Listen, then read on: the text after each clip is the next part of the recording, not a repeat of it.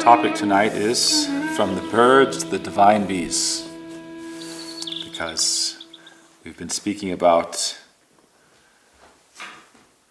the bees that come to be close to Radha Krishna, the divine couple, very attracted to them, very attracted to especially the beautiful, fragrant pollen of the lotus feet of Srimati Radhika and her love with Krishna. Generally, everyone is attracted to Krishna. So why are these bees going to Radharani's lotus feet, you could say? This is picking up from our topic last Monday. We talked about the madness of divine love and the story of the divine couple, Sri Radha and Krishna, how they were in each other's lap, in each other's arms, and the bee was going to Radharani's lotus feet, not to Krishna. This is very astonishing. We sang the song before this about the beauty of Krishna and how we offer prayers to that all-attractive, beautiful Krishna. And we said, may the bee of our mind always be attracted to the honey of his lotus feet. So this is the question now. Does the bee of our mind, do we want to be attracted to Krishna's lotus feet or Srimati Radhika's lotus feet? Well, this is Rupa Goswami's song, and he is Rupa Manjari, Radharani's most intimate maidservant, most dear, most trusted. And yet she is saying, may the bee of our minds be attracted to Krishna's lotus feet. Who to follow now? All right. When you look at the divine couple, so I'm speaking here to hopefully please our gurus and hopefully please the divine couple. Hopefully please them both. I'm not qualified though, so maybe I can please our gurus or please them by the attempt to glorify them at least. But who should we be most attracted to, Radha or Krishna? We should be most attracted to who it is most natural to be attracted to as a soul, and that is Krishna. How can you not be most attracted to Krishna? He is the soul of your soul. He is the supreme. And how can you not have most affection, most regard, and most respect and devotion to Sri Radha, most desire to serve Sri Radha? She is,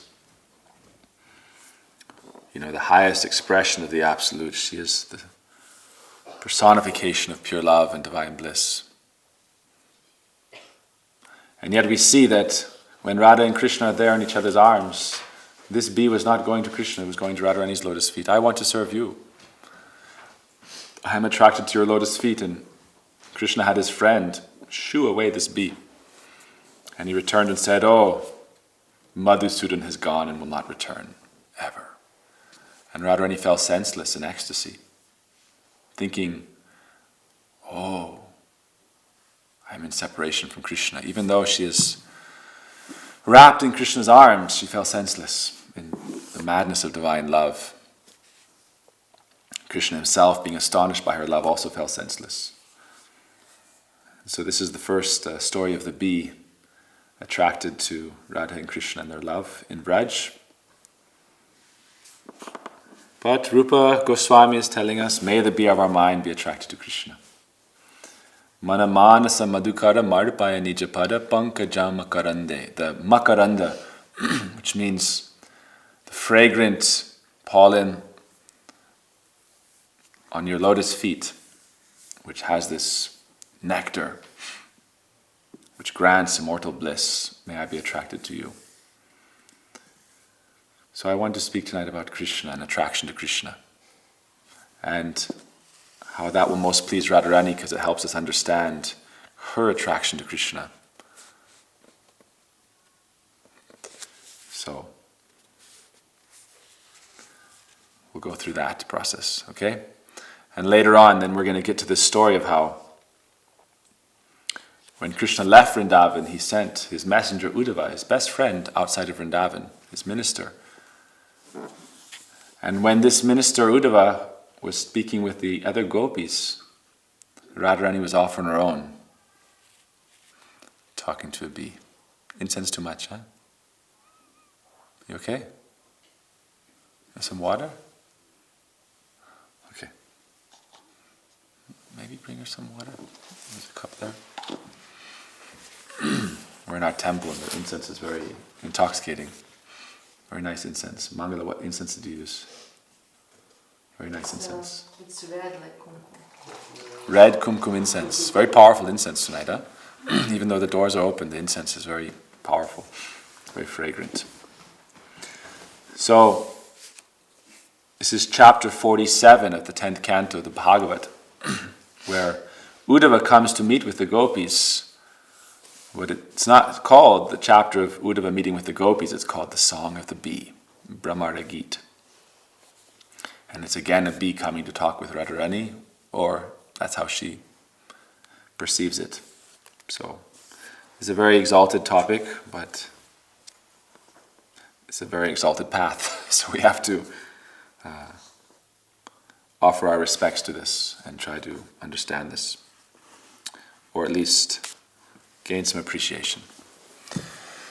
So now we're going to backtrack a little bit to the first topic of our series, which is Lord Brahma and creation. Right? So we're going back and forth because here we are in this creation, and we're beset with desire. It's the nature of the soul. We are surrounded by objects that attract our senses.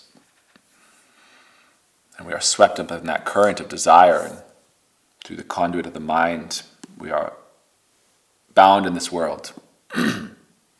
Radharani says in this song that the soul is not bound to this world, but through the mind,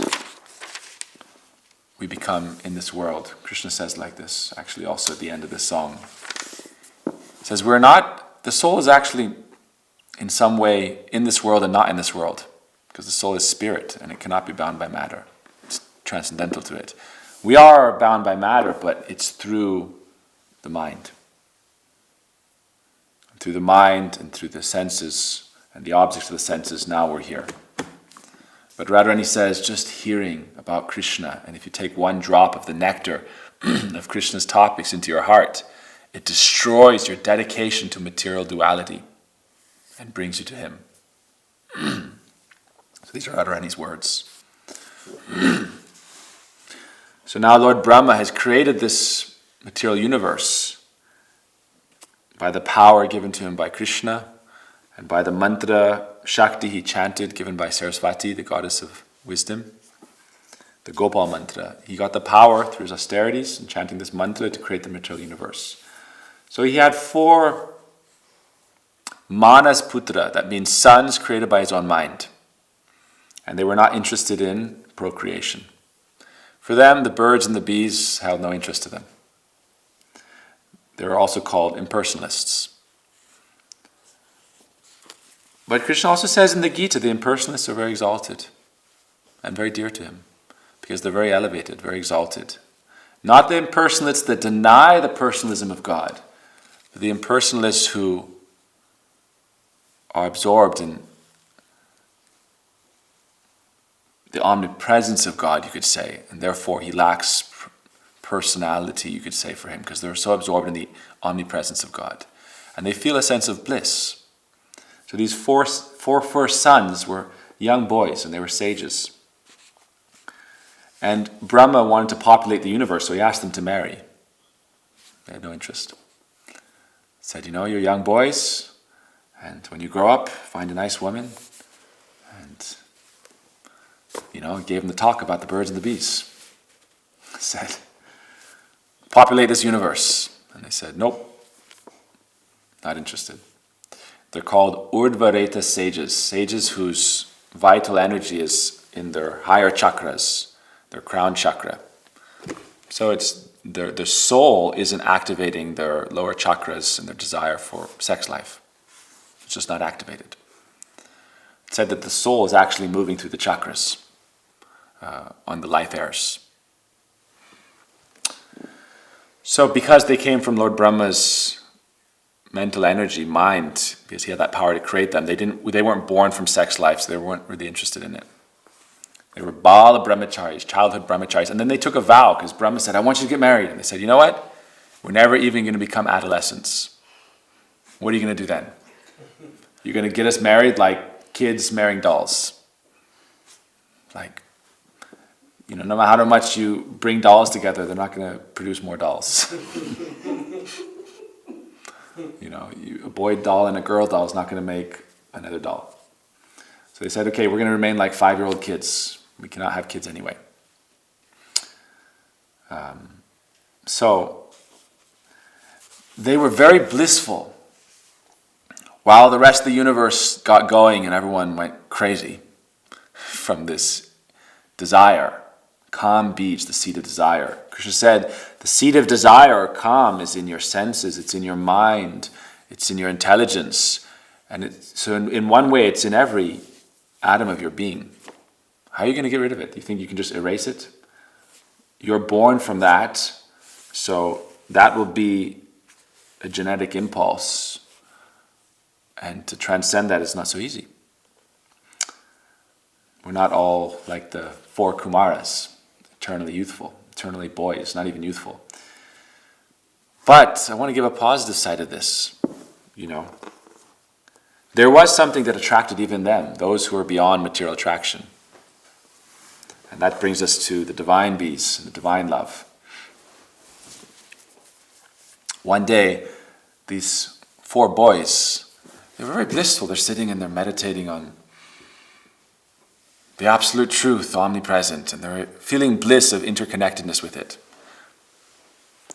One thing I want to mention about this point is we think love is only like sexuality, but it's not the case. These boys felt, you could say, the bliss of interconnectedness with all of life, and so they had no interest in anything beyond that. And this is an archetype of the lover archetype.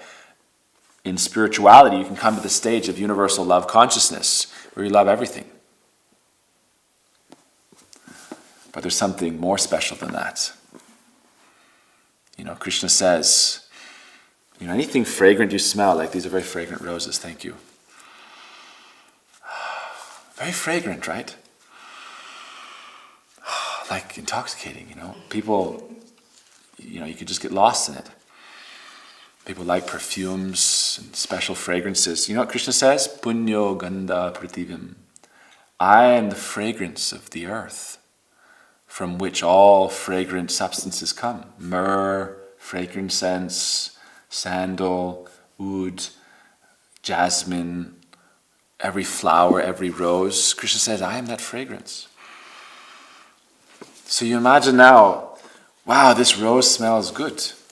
But Krishna says in the Gita, chapter 10, he said, everything amazing in this world, he said, Arjuna, don't waste too much time being too caught up in it. It's just a spark of my splendor. Again, I like to tell this because it's very profound. I like to remember the teachings of my gurus.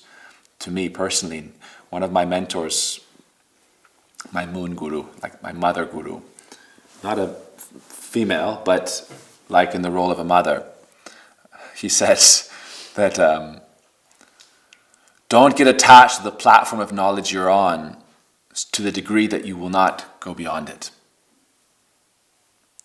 It's very difficult. It's a very great challenge. I'm learning it more now, to give up your thoughts.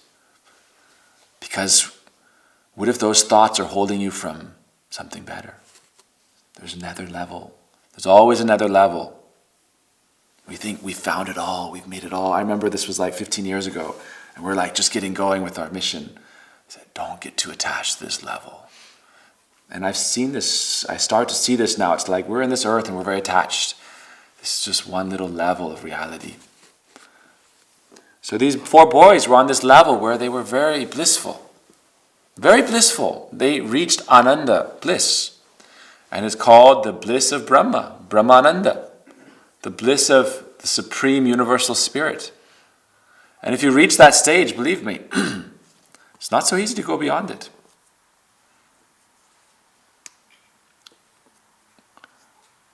If you can sense the bliss of all, imagine like the collective bliss of life, and you can experience that in your own soul, in this material universe, what's going to happen? It's like you're on, a lot of these drugs, they come from chemicals within the body and you're just activating them. I don't know so much about it, but that's what I've heard, right? So imagine you as a soul now are experiencing the drug of bliss from within your own body connected to the extreme drug of bliss of the whole universe. So these boys are very satisfied. If you want us to get married and experience sex life and create children, and that's a good game. And I can, the enjoyment of sex life is there to counterbalance the pain of child rearing. That's how it's described. It's described not like that in scripture only, but it's hard work managing and maintaining society. And you gotta, birds and the bees. I remember when my dad gave me the birds and the bees talk. It was I don't think he got that far. Basically it was, you're supposed to be a monk. That was the birds and the bees talk. And he said there's something called thank you. I don't actually remember it so much, but it was along the lines of don't pass notes to girls. And you're supposed to be a monk. So, my guru was very adamant about that for me. So much so that it was like passed into the whole sangha, the whole community.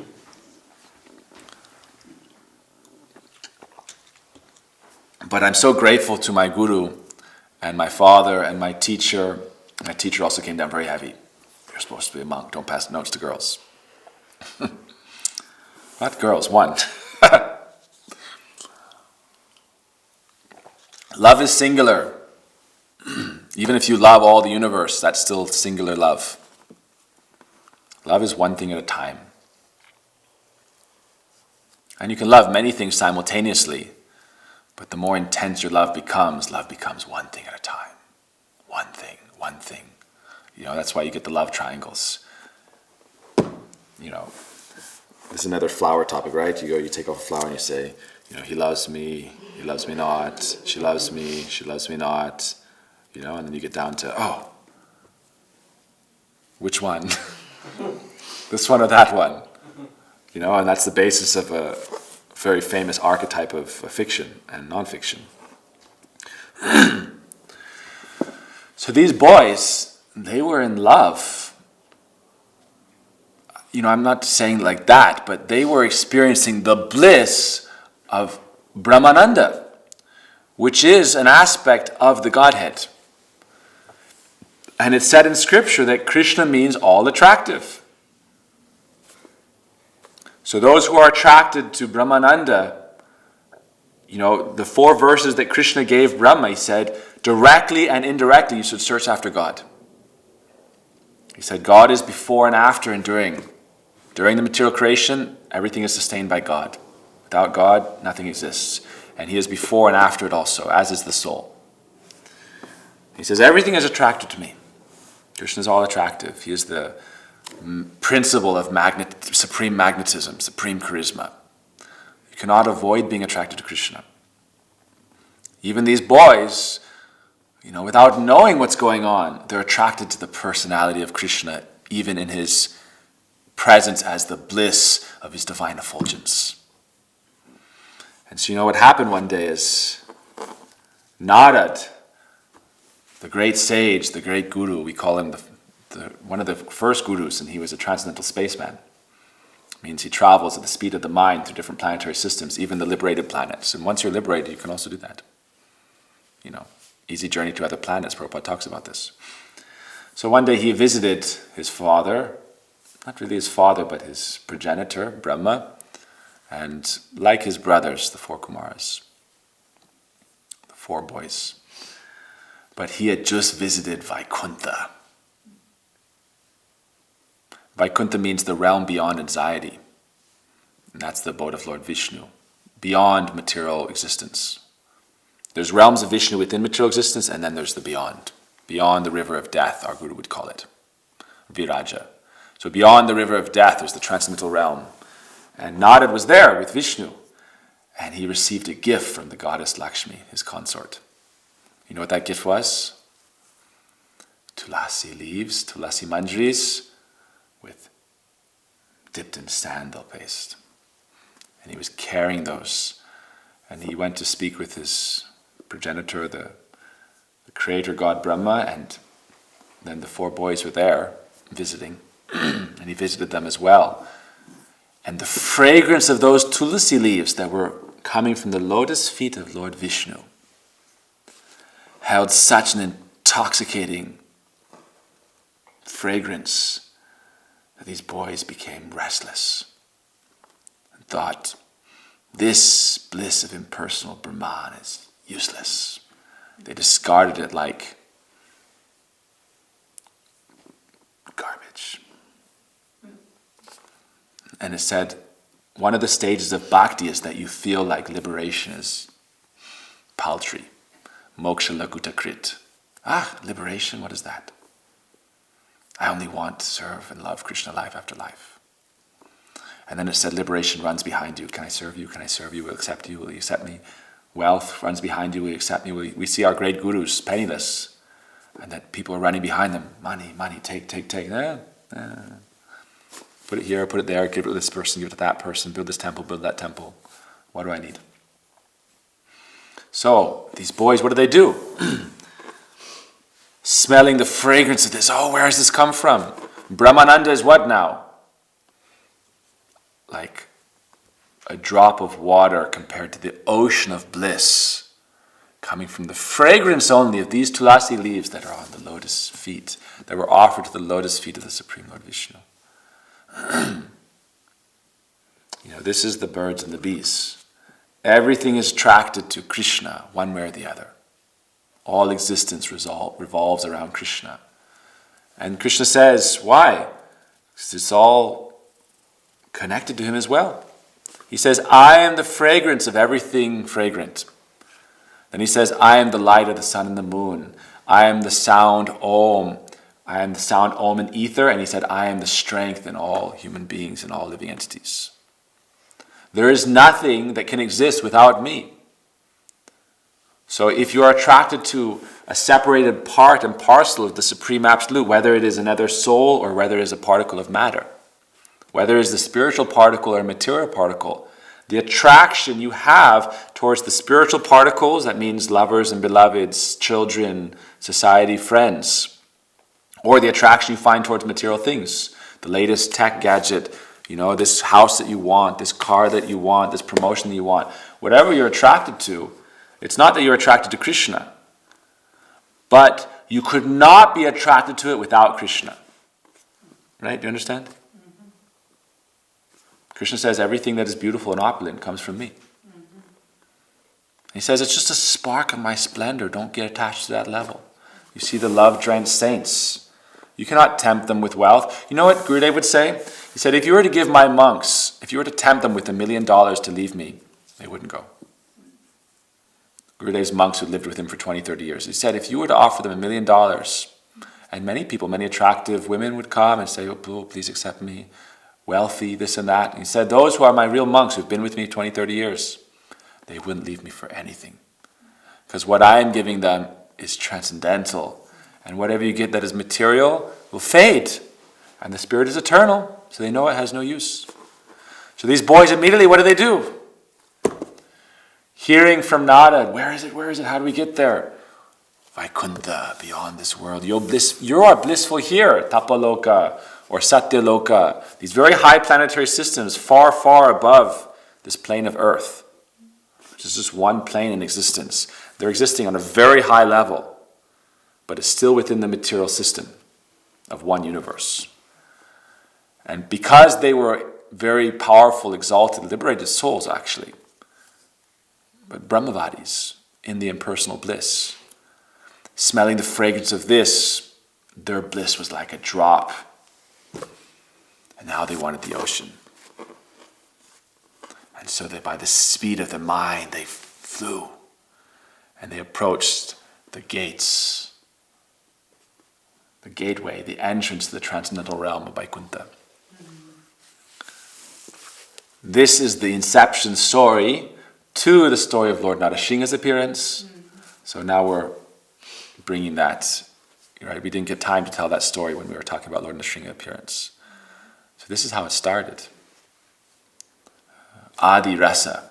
The original mellow is, the divine love comes from divine attraction. One of the words for love is actually Krishna Rati. This attraction to Krishna, which is like the most powerful, attractive force you can imagine. And if you come into contact with something truly, powerful and connected to Krishna, and you follow our process of bhakti, which means, try to remove the rusts in your consciousness so that your natural attraction to the source of this all-attractive love is awakened. Because now we say our consciousness is like a rusty iron that's no longer attracted to the magnetic source. So now we're attracted to these friendships or these lovers and beloveds or these things in this world. And so we've become covered over. It's called conditioned consciousness. An example is given of water. Water's natural state is fluidity, motion. It also becomes ice, but it has to be in a condition where the environment makes it like that, or it becomes steam. But it's natural. When you say water, you don't mean ice. So it says we become conditioned by material life because of our free will. That's what we wanted, and so Krishna provides it. But our gurus would say we never met Krishna in person if we're in material existence, because it's impossible once you realize that bliss of divine love with him to ever leave it. It's like, I'll give you an example now from another famous history. Another boy saint, Dhruva, he prayed for material power and position, and he did great austerities to realize the Supreme Lord Vishnu. And when Vishnu appeared before him, he instantly discarded his material desires as useless. He said, "Oh Lord, I was praying for broken pieces of glass, and you are the most precious diamond. Please do not give me those desires." He said, "No, I want you to, serve in this universe as one of the, superintendents, you could say." He lived in the pole star, Dhruva Loka. But you see this power of just seeing Vishnu once, immediately all his material desires disappeared. Radharani says the power of Krishna's all-attractive quality is that simply if you let one drop of the nectar of the katha of Sri Krishna, discussions of Sri Krishna, if you let one drop of that enter your heart, this is in her talk to the bee, then it destroys your dedication to material duality. It begins to unravel your material life. And you'll continue living out your material life, but it's almost like you start to disassociate from it. And you do it like an actor in a drama. I have to do my drama, I have to go to work, or I have to do all my affairs and my activities. We met a very wonderful woman in Oman, an elderly lady at this point. She said, now I have everything, but I'm not interested in anything. I'm only interested in Krishna. All this opulence that I have is useless to me. And if you start, you think, I need more money. If I get more money, I'll be happy. Then after you get more money, you think, okay, people don't love me enough. If I get more love, I'll be happy. And then you get that and you think, I'm still not satisfied. If I get more of this, I'll be happy. The soul, which is a higher principle than matter, can never be satisfied by a lower principle. So you think, if I get enough sex, I'll be happy. That's a lower principle to the soul. Right? It's still a source of pleasure. It's called Jad Ananda, material happiness. Prahlad calls it just like scratching an itch. That's how he describes it. His name means bliss, Prahlad. And it said, Prahlad Alad Adhaine, he's the giver of bliss. So he's saying this spiritual bliss is so high that your sex life is just like scratching an itch. And it gives you a sensation of happiness. And there is some more than scratching an itch, I suppose, like some happiness there. But he says, in comparison to spiritual bliss, it's useless. It holds no power or sway. You see these four boys, they immediately want to see Vishnu, and this is now, we'll leave this story and go forward, because that's the Nrsingadev story. So we don't want to invoke that ferocity at this moment. Maybe another time we'll continue that story. I just want to emphasize the power of anything even connected to Krishna, if your consciousness is a little pure. These boys were already in very pure consciousness. And so that substance that had touched directly Krishna, smelling it, it inflamed them with transcendental desire to see Krishna, to be with Krishna in his form as Vishnu. What to speak of? This is Vishnu, and he has so many transcendental, beautiful qualities. Now I'll jump ahead to another story. It said Vishnu wanted to see Krishna, because Vishnu is one of Krishna's expansions of expansions. There's a story when Krishna was in this earth with Arjuna, that Vishnu made this whole cosmic arrangement so that Krishna and Arjuna would visit him. And Vishnu said, I just wanted to see Krishna. I see him in my cosmic dream. I wanted to see him face to face. Imagine you have a dream of Krishna, he's so beautiful, and you think, oh, you wake up, and what are you doing? You're crying. Vishnu himself is thinking, that tulasi with the sandal that was on the lotus feet of Vishnu was so intoxicatingly attractive to those in pure consciousness. These are Brahmavadis, they're not conditioned by material life. They immediately gave up all their other activities at once. You see how the gopis did this to Krishna in the rasa dance. Look at these sages. They had never seen Krishna. They're born into this material creation. Simply that fragrance coming from the tulsi touching the lotus feet of Vishnu, they immediately gave up everything and flew to Vaikuntha by the power of their liberated consciousness. This is how souls can travel beyond the speed of light. The only thing faster than the speed of light is actually the speed of the mind that's liberated. The speed of the liberated mind means, like pure devotees, they're serving in this world, only as much as they have to. When they get any spare moments, Lord Chaitanya gives an example. He says they're like an adulterous woman. He uses that term. He uses this kind of language. He said, you should develop love of God, where even if you have to hide it from society, you do it so expertly that with any spare time, you can go into your trance of love and be with your beloved. Just like a wife who very expertly does all her material activities. She cleans the house, she cooks nice dinner, her husband comes home, here's your dinner, husband, I love you so much.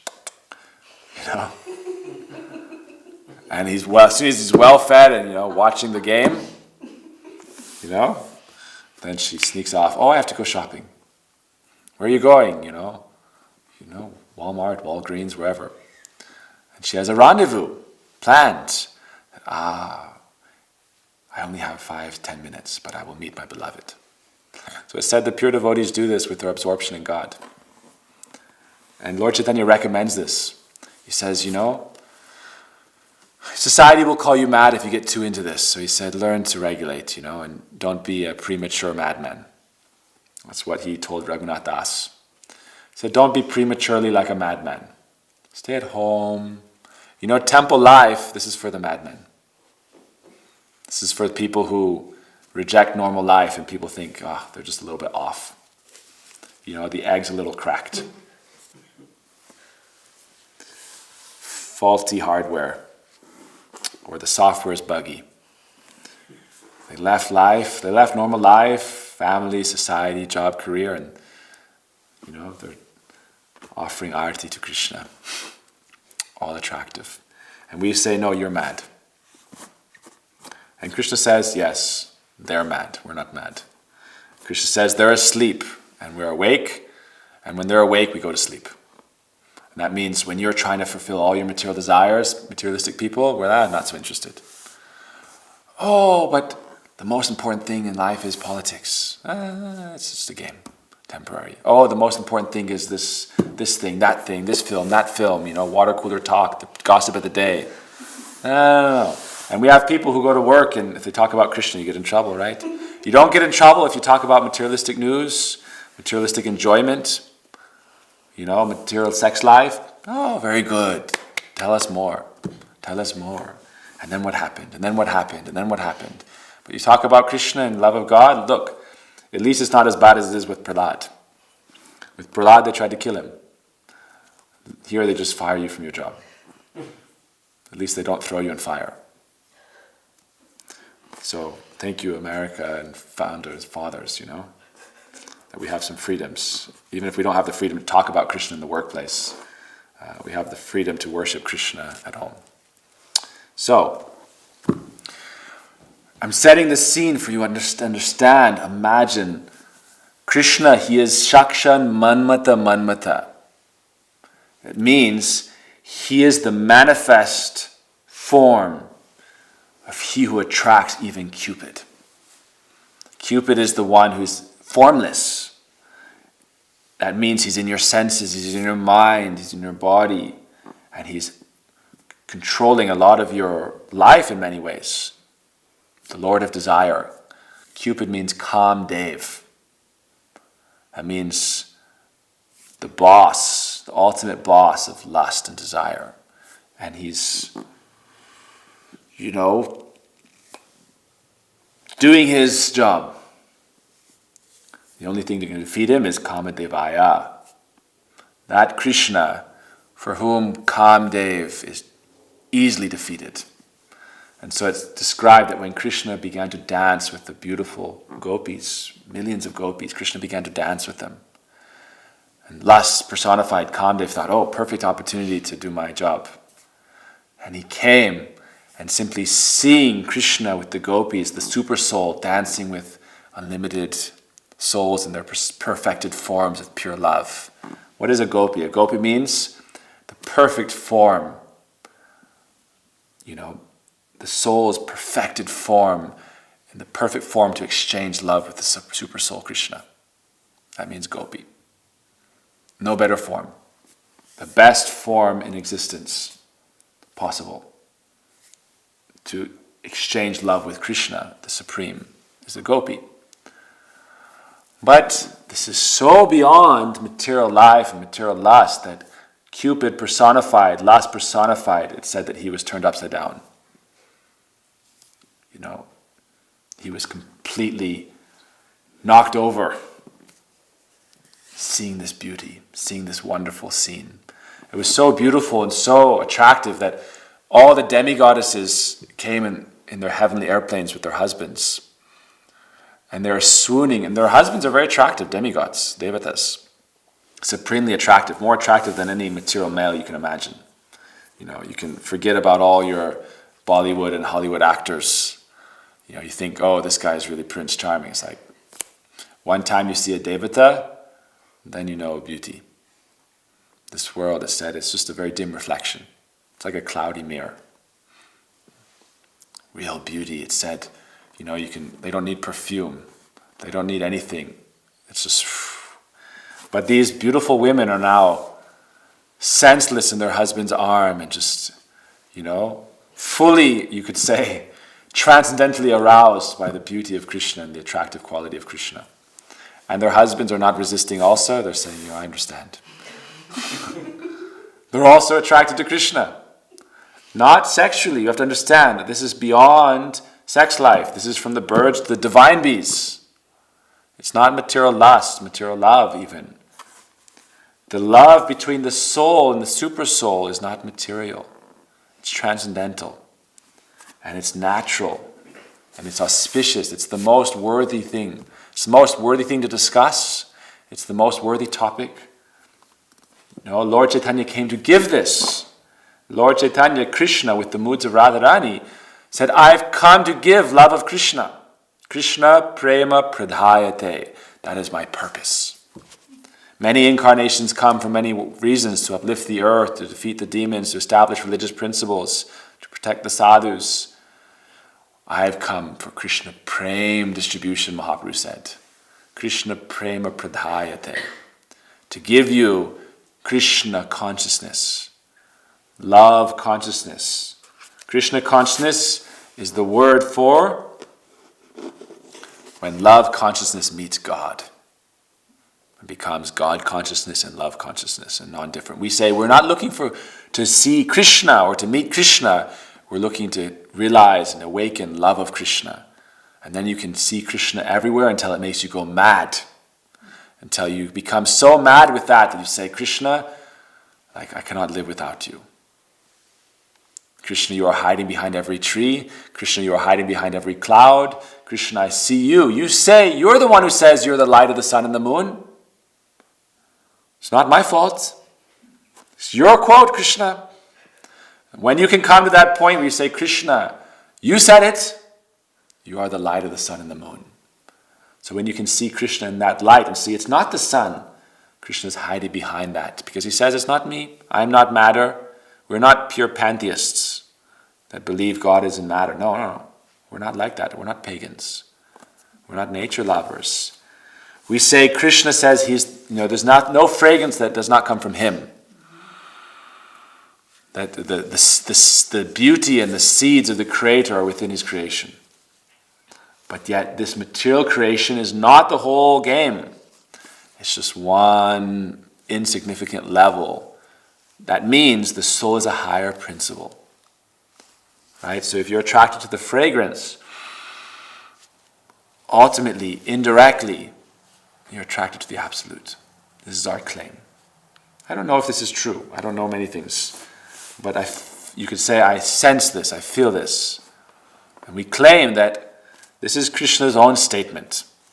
Punyo gandha prativam, I am the fragrance of everything that is beautiful, perfume, everything fragrant of the earth. Punyo gandha prativam cha. I am the fragrance of everything wonderful in the earth. That means everything beautiful that comes from the earth, I'm its fragrance. Okay, I'll give you an example.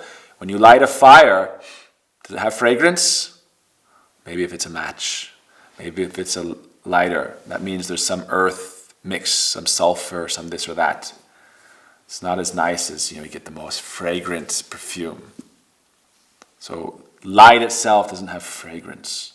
Water itself doesn't have fragrance. But earth is where everything is mixed together and then it blooms. And what happens when the flowers bloom?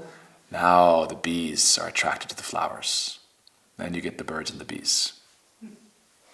Right? Beginning of life.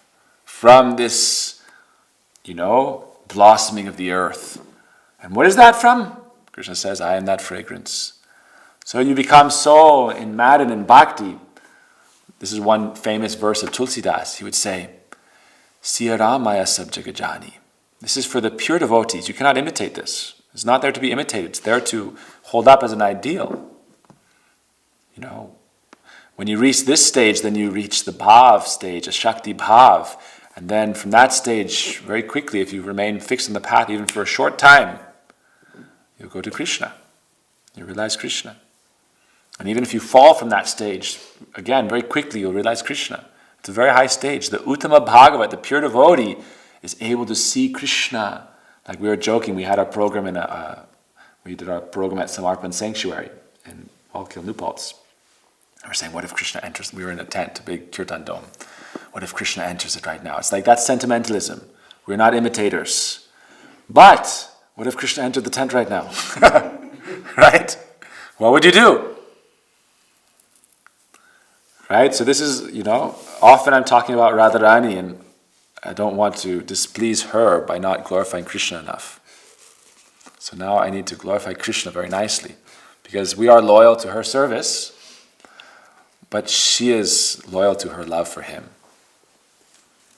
Even in her jealous games with him, it is only to enhance his happiness. So this has to be understood. Even if it's your service to stop Krishna from entering the kunj, no, you will not enter. I know I'm a little insignificant soul, but I've been given this command by my Ishwari, and I'm invested with her power. And so if you have any fear of her anger at you, you must not cross me. So that challenge may be there. But even so, her desire is only to enhance his happiness. And all of her man is all of her madness of love with the real mood and motive and intention to enhance his happiness. That's her only real desire. That's how she is able to completely control him with her eyebrow. Krishna, for whom all the devatas are afraid. He is afraid of the raised eyebrow of Srimati Radhika.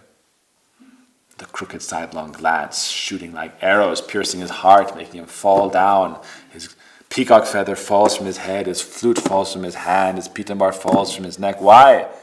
Because of the might of Srimati Radhika. But first we have to understand Krishna. Then you can understand, once you start to understand the beauty and the glory of Krishna and how every soul is, by its nature, attracted to Krishna. And so Rupa Goswami says, may the bee of my mind be attracted to the honey-like nectar of the lotus feet of Krishna. Oh Krishna, I am yours. Oh Krishna, Lord Chaitanya, in the mood of Srimati Radhika, he said, oh, I am fallen in this material existence. Please deliver me and make me a particle of dust at your lotus feet. Why? Those same lotus feet that attracted the realized souls of the four Kumaras. Those same lotus feet that attract even the liberated sages and the munis. It said, Atmaramas cha munio nigranta. Those who are beyond matter, beyond material duality, completely liberated, completely beyond samsara, beyond material existence, in the spiritual dimension.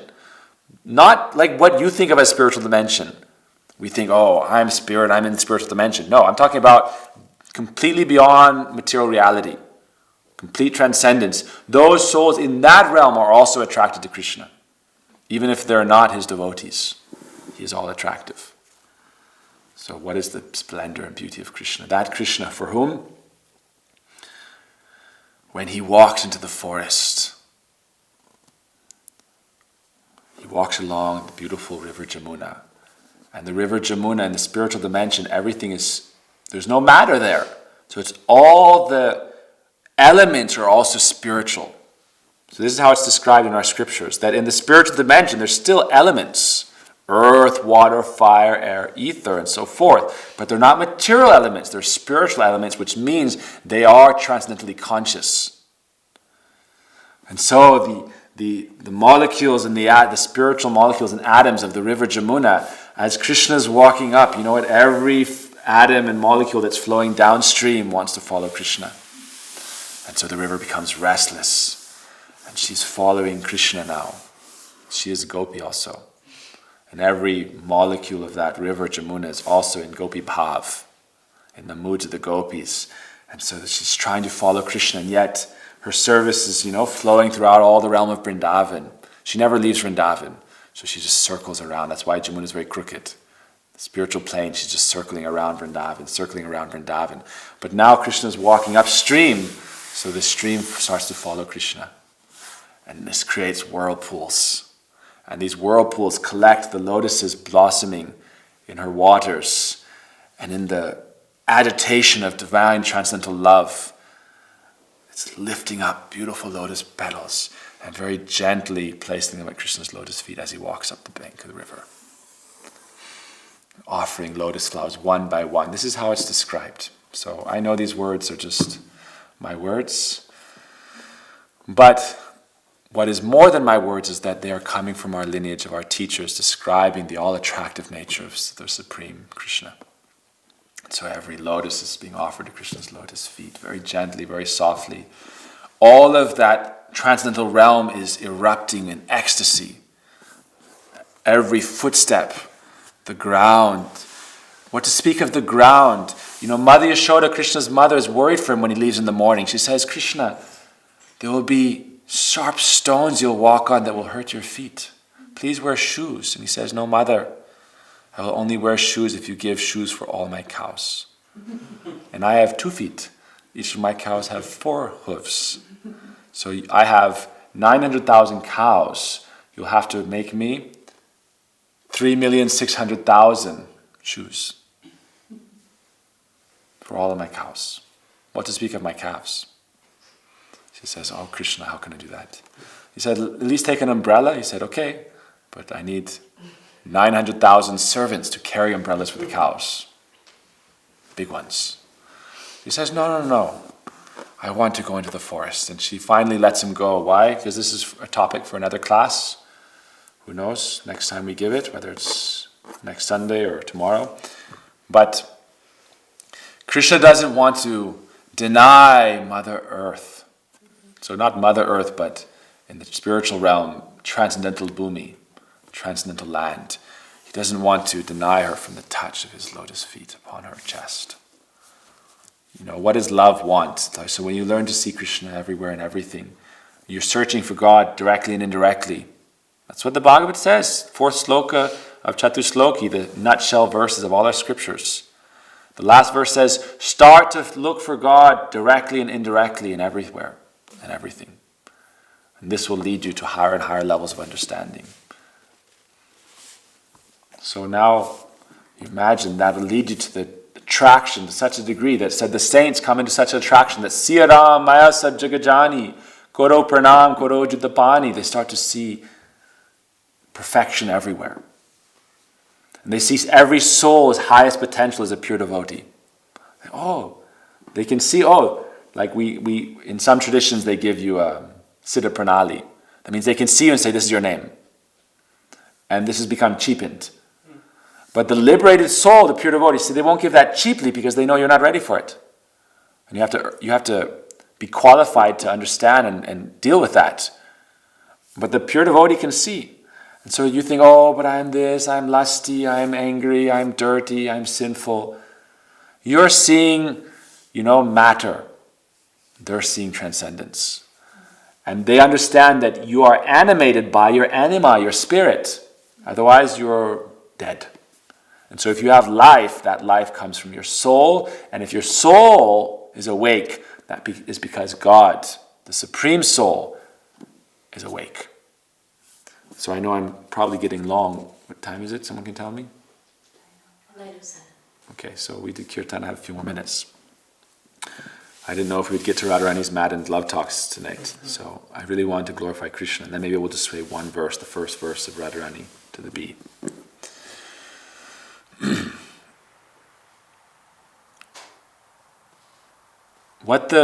Maybe this is a good ending point, because I was thinking about talking about this at some point today and I forgot about it in work. And then I just came back to it right before class, so I want to touch on this. So what happens for these pure devotees is that when they become so God conscious that they can see the hidden presence of the Absolute within everything and beyond everything simultaneously. So it leads to this meeting and separation, meeting and separation, meeting and separation. I see you there, but you're not there. You're playing hide and seek with God, right? The gopis are searching. Where is Krishna? He left the Ras dance. Where is Krishna? He showed himself to us and then he disappeared. Not fair. And then he met with us again and then he disappeared. He left to Mathura. Not fair. This is the basis of Radharani's discussion with the bumblebee. Not fair. And so it said the love-drenched saints, they start to, Krishna's hiding and they're playing seek. This is the source of the seeker archetype. Not that you are trying to find what God is. You know who God is. You're trying to find Him. Some people say, don't be a seeker. If you're just being a seeker, then you'll always be seeking. No. We're not seeking who is God. We know who He is. We're trying to find Him. We're trying to find Him. Where is He hiding? Pull back the curtain. Are you back there, Krishna? Yes. So this is the moods. So this leads the saints to a higher and higher and higher level. So they get to this level where they're no longer only looking for Krishna in the outer realm. They start to find Krishna in the inner realm. This is what begins to lead you to higher and higher stages of ecstasy. You still want to see Him physically, because that's the highest achievement. So you start seeing Him in the outer realm, then what happens is this starts a spiritual transformation. Because it's consciousness, right? We think, I'm looking at the sun and the moon, and you can think, like this is, I'm telling you, these are meditation exercises. Krishna says, I am the light of the sun and the moon. So when you look to a light, you should think, The only source of effulgence is God, Krishna. So I should try to see him there. The more you start doing this process, the Bhagavad says, start to seek God directly and indirectly. It brings you, be careful. It brings you into madness. It brings you into, like Radharani is showing this, right? You want to, it's risky game, you know. Pagalini Prai, we sing a song which is, we can end with this song, but it's Dekite dhekite bhuli bova kabeni jastula parichay Nayane heribo brajapura shobha nitya chit anandamoy. When will I see that I am no longer this body? So look what you're doing. Is Krishna hiding there? Is he hiding there? Is he hiding there? Is he in this hiding there? He's in the soul of everything. The Pandit, the wise man, sees that the soul and the super soul are within every living entity. And if you start to now offer love, devotion, that's where it really gets dangerous. You know, impersonally, God is there, God is there, God is there, I accept. Okay, God is there, I offer you my love. You are my source. I want to find my love for you. You know, I want to redirect. Kunti Devi, she prays, oh Lord, may my love for family be redirected to love for you. I can give them the remnants of your love because they're your part and parcels. But I'm giving the lion's share to the supreme lion. You, to Narasingha. I'm giving it to you. You get the lion's share of my love. You know, and that's why I say Bhakti 101 is love God also. And then Bhakti 102 is love God more. And then Bhakti 103 is love God even more. And then Bhakti 104 is love God even more. And then Bhakti 108 is love God most. And then you become liberated. See what happens. When you love God most, and then you start loving everyone also. And then Bhakti transcendence is love only God. And that's when you get liberated and enter Vrindavan. Gurudev said, I have love and affection for all my disciples, but I have no attachment. Why? Krishna Rati. Only attachment is for Krishna. And Radharani is, you cannot separate for him, Radha and Krishna.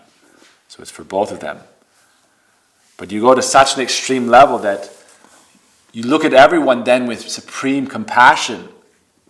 And it said, prema, even in the intermediate stage of devotion, we say, love for God, friendship with other fellow devotees, compassion to all those who do not know Krishna, and to everyone really, except for neglect for those who are too demonic. No use spending too much time with them. No need. Waste of time. Atheistic, demonic people absorbed in materialistic life. Don't cast pearls before swine. So you neglect. And that's why I said the ninth offense to the holy name is preaching to faithless people. You can glorify Krishna, or you don't initiate, or you don't convert. It's like, one day. So anyhow, I'll end with this idea I'm leading you to. These love-drenched saints, when they come to the pure devotee level, you can see the soul and the super soul within everyone, but not only do you see them, but you love. You love God in everyone. If you love God in everyone, do you not love God also in your own self? There's dozens and dozens and dozens of verses in Scripture that says God is in your heart. God is in your heart. God is in your heart. God is in your heart. We talk about this in our arati. Oh Lord, when all the fragrance of the earth is blossoming for you, and when all the light of all the stars are there for you and are circumambulating you, and on top of that, when you say in the Gita that you are all the fragrance of the earth, and you are the light of the sun and the moon, and so we're offering you this one flower and this one diya, this one lamp, what is it to you? I am so insignificant. What arti can I offer you? No. These are a medium. Oh Krishna, may I be fragrant. May my soul be fragrant like this flower. May my soul be effulgent with your love like this lamp. May my soul please you, give you bliss by my presence. You who are bliss personified, you are happiness incarnate. You who are the reservoir of all bliss, may my soul also give you bliss. That is bhakti. May my soul give bliss to bliss. O Krishna. And so I'm offering you this flower that is you. The fragrance of this flower that comes from you. The light of this lamp that comes from you. The sound of the conch that comes from you, O Lord. May with these articles of your own transcendental energy, may I offer myself. And there's a mystical quality in this. When we do a fire ceremony, we always offer any item, the grains, the ghee, the flowers, the fruits, the sweets. We say, Swaha. I use these articles along with your feminine energy. Swaha. She's a Devi, she's a goddess. She's the wife of the fire god. So you do the ceremony with the sacred fire, which transports your offering to the supreme, the transcendent. It's a medium. And you do it honoring the divine feminine. Swaha. So while we're doing our arati, this is what we talked about this morning, right? How religion was preached by pious-hearted, righteous women. After all, the demonic men were destroyed at the end of Mahabharata. It said then women began to preach religion to their children. And pure religion is bhakti. Before that, people were talking about how to master your senses, how to accomplish your goals, how to achieve the perfection of the yoga siddhis, how to control other people, how to fly, how to manifest wealth and opulence in your desires, the law of attraction, the law of visualization, all that BS. Because you're just attached to matter. And you're thinking mastery over matter is mastery, but it's bondage. Your mastery over matter is a trap. Like a bear trap. Big, ugly, stupid man-bear. Wanting to master the world. And so he goes into the trap of mastery and spirituality. If I do enough visualization, I'll achieve my material desires. Snap! Trapped in that now. It's called gold shackles. This is for the Andrew Tates of the world. Shackled by your material desires. And accruing bad karma. In his next life, he'll be a cam girl. Right? And he'll have some demonic man exploit him and rape him. And he'll have to, suffer that. Because he's just a demonic male ego. And yes, he's a religious man. Right? But what is religion? God satisfy my ego and my desires. And we say, good quality demon. Top class demon. First class demon. Number one rascal. And legions of blinded followers. And there's many women we can say like that also. It's not a male or female thing. We're saying your material mastery in the name of religion is a trap. You're trying to master matter and thinking God will do it for you. This is nonsense. Rascals. Right? You want to worship God. You take shelter of devotion. And devotion is the divine feminine. Faith is the divine feminine. And our Gurudev said after the war was over and all the demonic men were dead, that were stopping spirituality. They were saying, don't worship Krishna. Develop mastery. Will to power. Become a more powerful person. Enjoy this world. There is no afterlife. There is no God. Enjoy. Become God on this earth. And Gurudev said, they're all destroyed. 18 times Jarasandha and Kalyav, they attracted everyone together and were like moss in the flame to Krishna, and Krishna destroyed them. And then Dwarka, one after another, Krishna destroyed them. And then Mahabharata, everyone else gone. And then Gurudev said religion could begin. Real religion, Bhakti Yoga.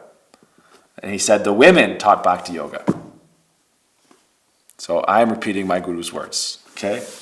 I'm not a male feminist. All right? I am a soul feminist. Okay? And I'm a male body. And I'm not a feminist. That's also a material term. But it's the principle that you want to exist with Krishna, you have to give up your demonic male ego. Right? We are here to slay the male ego so that we can learn pure love of Krishna. So we can awaken pure love. As long as you're a demonic male, you cannot love Krishna. You will compete.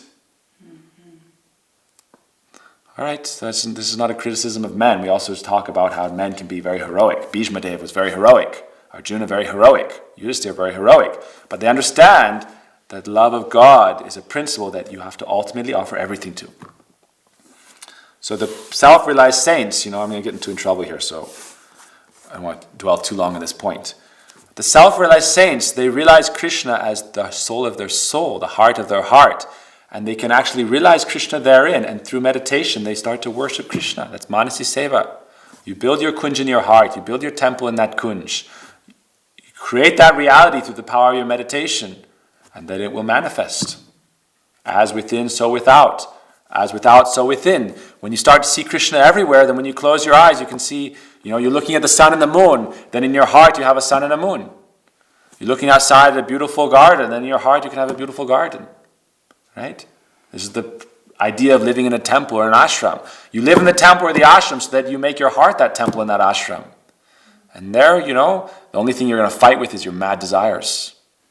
You think you have problems with devotees in this world. Wait till you wrestle with your own material desires when you try to realize Krishna in your heart.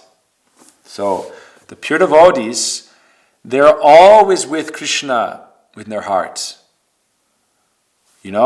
When they sleep, they're with Krishna. When they wake, with their Krishna. Raghunath Das, it said, Chapan danda ratri dine, janina radha govinda vine.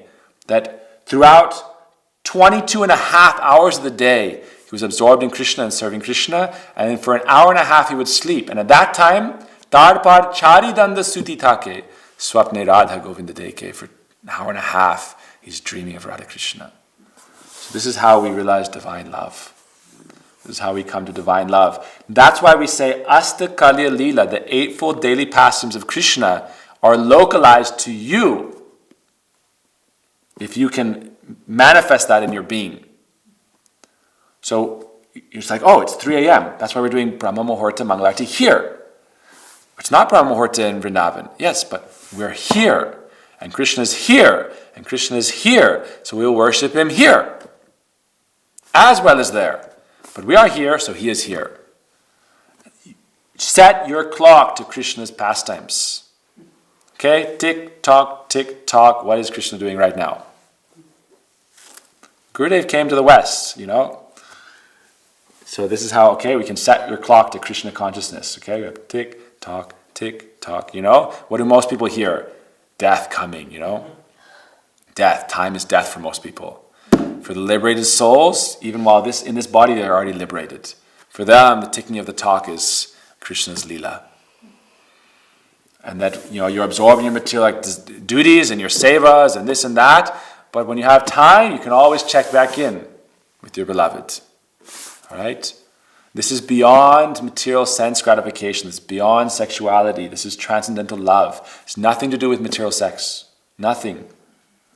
Right? In that reality, every flower is experiencing the bliss of love of Krishna. Every blade of grass experiencing the bliss of love of Krishna. Every drop of nectar from every flower, every bee, every bird, everyone's experiencing this bliss. It said Sukadeva Goswami, I want to tell the story, but I'm getting too late now. He was also a Brahmavadi, detached from everything. But yet he was also, that's because in Krishna Lila he's Radharani's parrot. So Sukadeva Goswami, the speaker of the Bhagavatam, he was an impersonalist when he came from the womb. He ran away from home as soon as he was born. He waited till he was a 16-year-old man in the womb, so that as soon as he come out, he could run away. And he ran away into the forest naked. No time to put on diapers, or shorts, or anything, or a dhoti even. Nothing. No bark, nothing. Completely detached, madman. But his father, Vyasadeva, how he attracted him back? He taught hunters how to sing verses about Krishna's beauty. And they went into the forest and began to sing about Krishna. And Sukadeva, like a deer, was attracted to the beautiful music of the chants of Sri Krishna.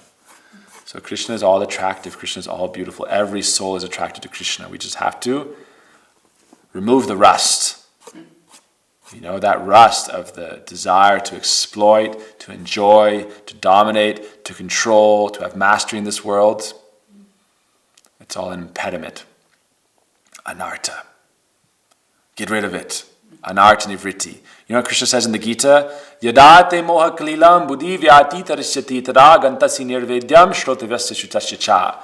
When the mind passes through the forest of illusion, you become indifferent to everything in this material world. No longer interested. Oh, you heard about this? No, I don't want to. Have you seen this post on Instagram? No, I don't want to. Have you seen what this person said about you on Facebook? No, I'm not interested. Okay? Bye, Felicia. Period. Okay? Gaur Premanandi. Hari Hari Bol. Radhe Radhe.